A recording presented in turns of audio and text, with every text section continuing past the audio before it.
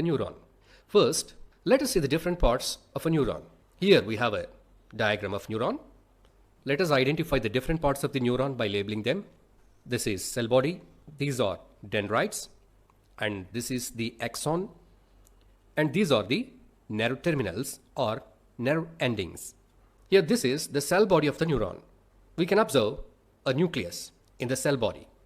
So cell body has a nucleus, and we can also observe some branches that are arising from the cell body.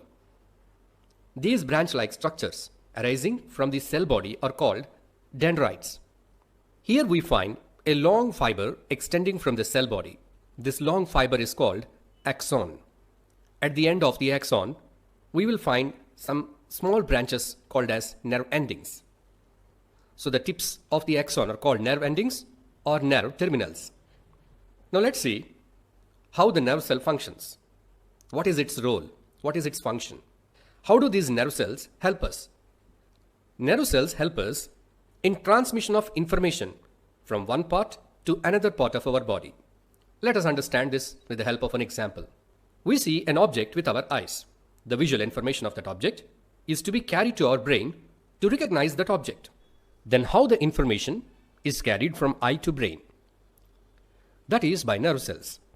The dendrites of the neuron receive the information. The axon passes the information to the next neuron.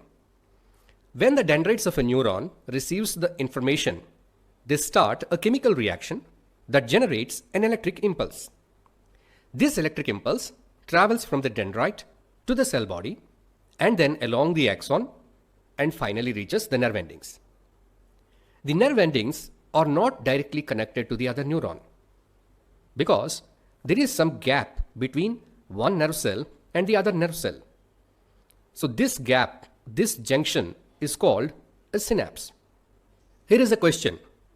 If the neurons are not connected to one another, then how the electrical impulses pass from one neuron to another neuron? Let's see. At the ending of the axon, that is at the site of nerve endings, the electrical impulses triggers the release of some chemicals. That means the electric impulse is converted to some chemical. These chemicals, they cross the gap. They reach the dendrite of next neuron. So there they create similar electrical impulse. When these chemicals reach the dendrite of next neuron, there a similar electric impulse is created. This electrical impulse passes from the dendrite to the axon. Again, it travels throughout the axon, finally reaches the nerve endings. So finally, at the end, the neuron is connected to the target cells. What are the target cells? It can be either muscles or glands.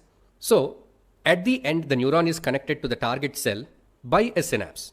We know what is a synapse. Synapse is a gap between the neuron and the next neuron. This is how generally nerve impulses travel in our body.